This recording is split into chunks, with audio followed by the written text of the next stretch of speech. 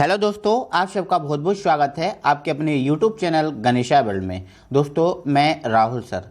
दोस्तों आज की वीडियो में हम क्लास 12th ऑर्गेनिक केमिस्ट्री में मतलब दो पीणाहारी, दो पूतिरोधी रसायन, दो प्रतिजैविक, दो सल्फा औषधि, दो रॉकेट प्रक्षेपक, दो कृत्रिम मधुरक, दो प्रति अम्ल, इसके अलावा भी मेरे भाई कुछ औषधीय पौधे, उनके अवयव और उनके उपयोग को आज की वीडियो में हम कंप्लीट करेंगे। दोस्तों ये जो आपका क्वेश्चन है आपके एग्ज़ाम के लिए बहुत हेल्पफुल रहने वाला है, क्योंकि दोस्तों अक्सर ये क्वेश्चन आता रहता है और यहाँ से इसमें तो मैं 7, 8, 9 पॉइंट इसमें लिए हैं और इसमें मैंने इतनी सारी लगभग 6-7 औषधि ली हैं। लेकिन आपको एग्ज़ाम में ये क्वेश्चन आएगा कि दो पूतिरोधी लिखिए या फिर कोई धतूरा या नीम का अवयव लिखिए और उससे क्या इलाज किया जाता है, क्या उपचार में काम आता है। तो इस टाइप से क्वेश्चन निकलता है एग्ज़ाम में। तो सीधी सी बात मैं कहने वाला हूं दोस्तों, आज की वीडियो आपको हेल्पफुल होने वाली है बहुत ज़्यादा, ठीक है। तो देखते हैं दोस्तों इनको। तो सबसे पहले दोस्तों हम ये देखेंगे कि दो पीणाहारी, दो पूतिरोधी रसायन ये क्या होते हैं, ठीक है। तो इनको हम समझेंगे। तो सबसे पहले मैं दोस्तों आपको बता देता हूं, दो पीणाहारी। दोस्तों आपको डिटेल में ये टॉपिक समझना है। जितने भी आपको ये टॉपिक दिख रहे हैं डिटेल में, यदि इन टॉपिकों को आपको समझना है तो डिटेल में मैंने आपको वीडियो डाल दी हैं। और वीडियो मतलब जो आपका मैं वीडियो दिखा रहा हूँ, इस वीडियो के यदि आप डिस्क्रिप्शन में जाओगे तो उसको आपको लिंक मिल जाएंगे, सभी लिंक। और दोस्तों यदि आप चैनल की प्लेलिस्ट में भी जाते हो तो यूनिट 16 दैनिक जीवन में रसायन आप डालोगे, देखोगे तो दैनिक जीवन में रसायन में आपको सभी वीडियोस मिल जाएंगे। यदि आपको डिटेल में समझना है तो वहाँ से देख सकते हो, बाकी शॉर्ट है, ठीक है। चलो तो दोस्तों यदि दो पीणाहारी की बात करें तो दो पीणाहारी होते हैं मार्फिन और एस्प्रिन, है ना। मार्फिन, एस्प्रिन, ठीक है। इसके बाद पैरासीटामोल भी है ना, कोडीन भी है। ये पीणाहारी हैं। पीणाहारी वो होते हैं जो हमारे दर्द को दूर करते हैं, जो हमारी पीड़ा होती है उस पीड़ा को दूर करते हैं, ठीक है। और दोस्तों आपको मैं बता देता हूँ, यही आपका ज्वरनाशी होता है। क्या? ज्वरनाशी। क्वेश्चन एक ऐसा आता है कि ज्वरनाशी क्या है, तो आप ये देखोगे कि सर ने तो ज्वरनाशी हमें कराई नहीं। लेकिन भाई जो पीणाहारी होता है ना, पीणाहारी होता है, इस पीणाहारी को ही हम क्या बोलते हैं? ज्वरनाशी, ठीक है। तो पीणाहारी ज्वरनाशी एक ही है, तो आप इसमें कोई कंफ्यूजन मत रखिएगा, ठीक है। दो पीणाहारी की बात करें तो मार्फिन और एस्प्रिन, और भी मैं बता दूं तो पैरासीटामोल हुआ, ठीक है। चलो अब दो पूतिरोधी की बात करें, ठीक है। अब ये पूतिरोधी क्या होते हैं? तो दोस्तों जो पूतिरोधी होते हैं, जो बैक्टीरिया है ना, जैसे कवक हुआ, वायरस हुआ, इनसे जो रोग होते हैं उन रोग को मतलब इनको केवल नष्ट करते हैं। लेकिन मानव जीवन जो मानव है, मानव के जो जीवित ऊतक हैं उनको कोई भी प्रभाव नहीं डालते हैं, ऐसा कहें, ठीक है। पूतिरोधी केवल सूक्ष्म जीवों को मारते हैं, बाकी मानव के जीवित ऊतकों को कोई भी प्रभाव नहीं डालते।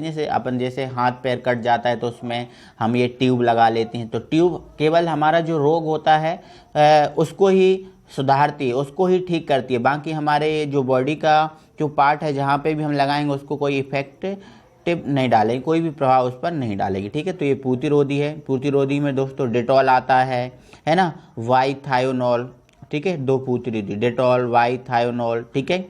अब दो पूतिरोधी रसायन, ठीक है। तो पूतिरोधी भी और पूतिरोधी रसायन ये वैसे तो दोनों एक ही चीज़ है, ठीक है। चलो, है ना। तो बैरिक एसिड और जेंसन वायलेट, मतलब इस टाइप का क्वेश्चन आ चुका है, इसलिए इसको हमने रखा है, ठीक है। बाकी पूतिरोधी और पूतिरोधी रसायन एक ही चीज़ है। आप ये एग्जाम्पल लिख दो या फिर ये नीचे दिए हैं ये वाले एग्जाम्पल लिख दो, दोनों, ठीक है। चलो बैरिक एसिड और जेंसन वायलेट ये दो पूतिरोधी रसायन।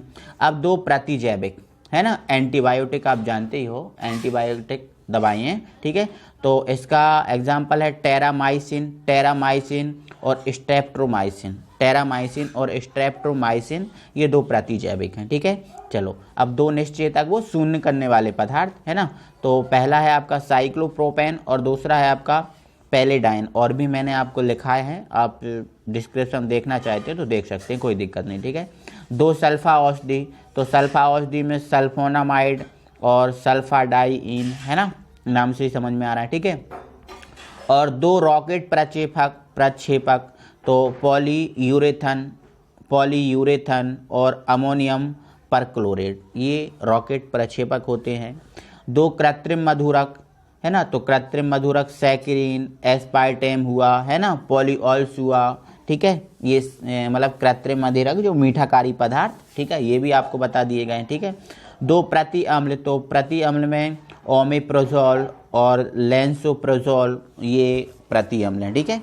प्रति अम्ल जो हमारे यदि बॉडी में अम्ल की जो ज़्यादा मात्रा हो जाती है, तो इस अम्ल की ज़्यादा मात्रा को कम करने के लिए जिन पदार्थों का यूज़ किया जाता है उसे प्रति अम्ल बोलते हैं, एंटी एसिड भी बोलते हैं, इसको इंग्लिश में एंटी एसिड बोलते हैं, ठीक है। तो इंग्लिश में भी ये नाम आ सकता है, तो कोई दिक्कत नहीं, ठीक है। तो आप याद रखिएगा, इनको हमेशा मतलब इनको याद ही रखना है, क्योंकि एग्ज़ाम में आने वाले पॉइंट हैं और ये एग्ज़ाम में आने की इनकी बहुत ज़्यादा संभावनाएं हैं, ठीक है।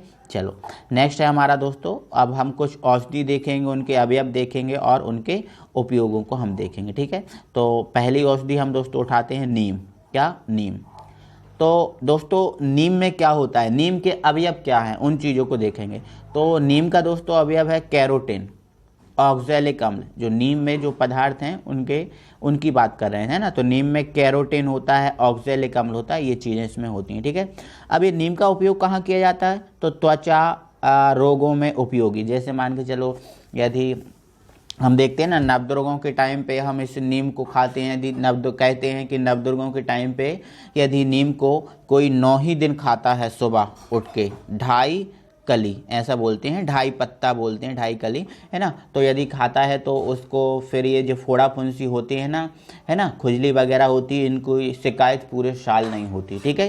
तो नीम जैसे फोड़ा फुंसी होते हैं जिसको ज़्यादा, तो उसको नीम खाना चाहिए तो ठीक रहता है, ठीक है। तो त्वचा रोगों में उपयोगी, है ना, कीटनाशक मतलब कीटों को मारने के लिए जो केमिकल जो दवाइयाँ आजकल जैविक दवाइयाँ ज़्यादा यूज़ की जा रही हैं, और हम देख भी रहे हैं कि जो सिक्किम है, सिक्किम पूरा जैविक राज्य बन गया है, जो सिक्किम राज्य है पूरा जैविक राज्य है, क्योंकि उसमें केमिकल रसायन का बिल्कुल भी यूज़ नहीं हो रहा, पूरा जैविक बन गया, ठीक है।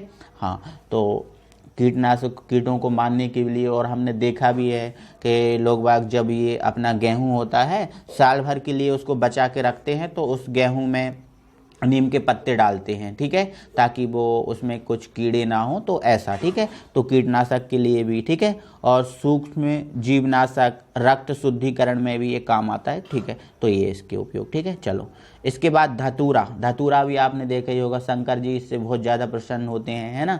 यदि शंकर भगवान को यदि आप धतूरे का, है ना, फूल आप चढ़ाते हो शंकर जी का, जैसे सोमवार का शंकर जी का दिन होता है, तो आप उनको प्रसन्नता होती है ना, क्योंकि वो ज़्यादा मतलब रिलेटेड हैं उससे धतूरा, ठीक है। तो आपने देखा ही होगा। तो धतूरे का जो सक्रिय अवयव है मेरे भाई, वो एल्किलॉइड और ट्रोपिन है, एल्किलॉइड और ट्रोपिन, यहाँ कॉमा लगा लेना, एल्किलॉइड ट्रोपिन, ठीक है। अब इसका रोग तो किस रोग में काम आता है दोस्तों, जो कुष्ठ रोग होता है, कृमिनाशी, मतलब कि पेट में जैसे कीड़े पड़ जाते हैं, पटार पेट में पड़ जाती हैं, जो छोटे छोटे बच्चे नहीं होते, है ना, उनको जैसे चिनूना की शिकायत रहती है, ऐसा कुछ, है ना। तो कृमिनाशी, ये कृमिनाशी वाला है, पेट में जो होता है, ठीक है। पैचिस हुआ, जानते ही होंगे, है ना। फीवर, त्वचा रोग और दमा मतलब ये सांस लेने वाली प्रॉब्लम होती है, जिसमें सांस लेने में जिसको प्रॉब्लम होती है उसे दमा रोग बोलते हैं, ठीक है। तो धतूरा का जो एल्कलॉइड और ट्रोपिन होता है, इसका यूज़ करने से ठीक रहते हैं, ठीक है। चलो नेक्स्ट, लहसुन की बात करें तो दोस्तों कॉपर पेप्टाइड इसका अवयव है एंथोसाइनिन, एलिन, है ना, 2 मार्केप्टो और बंसिस्टीन, ठीक है, 2 मार्केप्टो बंसिस्टीन, ये पूरा एक ही है ना। तो ये लहसुन का अवयव है, ठीक है। तो लहसुन से क्या होता है, कैंसर के इलाज में, डायबिटीज़, है ना, स्वेलिंग, है ना, स्वेलिंग आप जानती, कोलेस्ट्रॉल, है ना, कम करने में, और ये त्वचा से संबंधित ही रोग होता है कोलेस्ट्रॉल, ठीक है। तो ये लहसुन काम आता है। तो लहसुन को ज़्यादा से ज़्यादा खाना चाहिए। कुछ लोग का तो ये रहता है कि वो प्याज और लहसुन खाते ही नहीं है, जैसे पंडित लोग होते हैं प्याज और लहसुन से बहुत उनको प्रॉब्लम होती है। नहीं, लहसुन खाना चाहिए, है ना, प्याज भी खाना चाहिए। ये हमारे बॉडी के लिए बहुत फ़ायदे कारक होते हैं, मतलब बहुत अच्छा रहता है हमारे बॉडी के लिए, ठीक है। तो आपको ये पता ही है, अब रोग आपको मैंने बता ही दिए, तो अब क्या आप खाना ही चाहिए, है ना। चलो नेक्स्ट है हमारा आंवला। आंवला में क्या होता है, विटामिन सी होता है, ठीक है। ओके, विटामिन सी यही है, विटामिन सी, इसमें पूरा नाम लिखा है विटामिन सी कैरोटीन, है ना, बट विटामिन सी आप लिख लेना, कैरोटीन मत लिखना। विटामिन सी होता है ना। इसमें राइबोफ्लेविन भी होता है ना, और इसमें निकोटिनिक अम्ल भी होता है, ठीक है। और इस निकोटिनिक अम्ल डी, इसमें ग्लूकोज भी होता है आंवले में, और इसमें फ्रैक्टोज भी होता है, ठीक है। तो जैसे खांसी, अस्थमा, बुखार, मतलब इनको आंवला है ना, इसको खाते रहना चाहिए। इससे खांसी, अस्थमा, बुखार, जुकाम होते ये शिकायत नहीं होती। लोग बाग कहते हैं कि खट्टा खाने से, अरे यार मैंने कल खट्टा खा लिया तो मुझे खांसी चलने लगे, ये हो गई वो हो गई। नहीं, ये गलत है। नहीं, खट्टा अगर खाते रहोगे तो आपको फिर सर्दी नहीं होगी, ये रहता है। खट्टा आप खाते रहोगे तो सर्दी नहीं होगी, ठीक है। तो ऐसा रहता है। लेकिन कभी कभार खट्टा खाते हो तो आपका जो बॉडी है वो, उसका जो बैलेंस है वो बिगड़ जाता है, इसलिए आपको प्रॉब्लम हो जाती है, ठीक है। बाकी खट्टा खाना चाहिए, खट्टे से कोई प्रॉब्लम नहीं होती, ठीक है। खांसी, अस्थमा, बुखार ये हो गया, ठीक है। नेक्स्ट हमारा तुलसी, है ना। तो तुलसी का सक्रिय अवयव है सिनिओल, बनलेनिलॉल, मेथिल सिन्नामेट, ये लिखा है बनलेनिलॉल मेथिल, लिख लिया इतना, ठीक है। नेक्स्ट है हमारा सिन्नामेट एजीनॉल, सिन्नामेट एजीनॉल, ठीक है, सिन्नामेट एजीनॉल, ये ठीक है। अब इसका रोग, किस रोग में ये यूज़ हो जाती है, तो सर्दी, खांसी, दमा, बुखार, है ना। जैसे बोलते हैं ना, सर्दी होती है तो तुलसी की चाय बना के पी लो, है ना, तुलसी, ठीक है। खांसी आ रही है जिसको, गले में खराश है, तो तुलसी के पत्ते खा लो, 2.5 पत्ते खा लो, है ना, तो ये ठीक रहता है, ठीक है। तो ये हमने कुछ तुलसी देखा, है ना, तुलसी का हो गया हमारा। नेक्स्ट हम देखते हैं आगे। आगे दोस्तों हमारा है हल्दी। क्या है, हल्दी, ओके, एक मिनट, हाँ, हल्दी का है, ठीक है, सिन्नामेट और ये यूजिनॉल, ठीक है, ये अपना हो ही गया।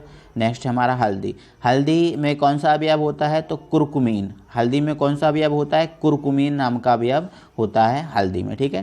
तो हल्दी से क्या होता है, तो हल्दी रोधी, जैसे जो छोटे छोटे सूक्ष्मजीव हो जाते हैं ना, है ना, जैसे कवक, वायरस, इनसे सुरक्षा देती है ना। और प्रतिजैविक, प्रतिजैविक मतलब ये सूक्ष्मजीव से ही रिलेटेड है, प्रतिजैविक का काम करती है ये, है ना। सूक्ष्मजीवों की वृद्धि अगर हमारे बॉडी में है, कुछ सूक्ष्मजीव है, तो उनसे नष्ट हो जाते हैं, ठीक है। तो इसलिए हल्दी का भी यूज़ करना चाहिए। और हम हल्दी का यूज़ करते हैं हर सब्जी, जो हमारे घर में सब्जी बनती है उस सब्जी में हल्दी को हम थोड़ी मात्रा में डालते ही हैं। क्यों, कारण यही है सब चीज़ें, ठीक है। तो इसलिए दोस्तों इन जो आपको मैंने बताया, इन पदार्थों को मोस्टली आपको यूज़ करना ही चाहिए। और अगर आपके घर में अगर ऐसी कोई चीज़ है कि आप नहीं यूज़ करते इनमें से, तो उनको यूज़ करना चाहिए, ठीक है। और लेकिन आप अब जैसे मान के चलो, नीम का, लहसुन का, आंवला का, तुलसी का, हल्दी का, इनका तो यूज़ है ही आपको पता, ठीक है। बाकी यदि आपको ऐसा लगता है कि सर धतूरा हम कैसे खाएं, तो अपनी माँ या पिताजी से पूछना कि इस धतूरे को कैसे यूज़ किया जाता है, कैसे क्या होता है, तो आप इसको समझिएगा और ठीक है, इसको तरीके से लीजिएगा। आप ऐसा नहीं कि तोड़ा और बस खा लिया, ऐसा नहीं करना है, ठीक है। इनको एक तरीके से लिया जाता है, ठीक है। तो अब वो क्या तरीका है, वो अपने माँ पिताजी से कंसल्ट करें और फिर उसको, ठीक है। और वैसे, है ना, तो आप ऐसे यूज़ नहीं करना है ना, मैंने स्पष्ट बोल दिया आपको, ऐसे यूज़ नहीं करना है धतूरे को। धतूरे को आपको एक विधिवत यूज़ करना होता है, ठीक है। तो उसको बहुत अच्छे से पहले कंसल्ट करें, और अगर यूज़ करें तो फिर ऐसे ही करें। बाकी तुमको ये यूज़ इसका पता ही चल गया कि यूज़ कहाँ कहाँ होता है, तो बस ऐसा रहना देना, ठीक है। तो धतूरा एक क्या होता है, एक ऐसे भी नहीं, मतलब एक धतूरा एक खतरनाक पदार्थ है, तो इसको मतलब ज़्यादा छेड़खानी ना करें, बस स्पष्ट हमने ये कर दिया है, ठीक है। चलो अब हम आगे बढ़ते हैं। तो आई होप दोस्तों कि ये सब चीज़ें आपको समझ में आई होंगी, कोई दिक्कत नहीं होगी। तो दोस्तों वीडियो अच्छा लगा है तो प्लीज़ वीडियो को लाइक कीजिए, शेयर कीजिए, और अभी तक आपने हमारे चैनल को सब्सक्राइब नहीं किया तो प्लीज़ चैनल को सब्सक्राइब कर लीजिए और बेल आइकन को ऑन कर लीजिए। अगली वीडियो में हम फिर आपसे मिलते हैं, तब तक के लिए थैंक यू वेरी मच।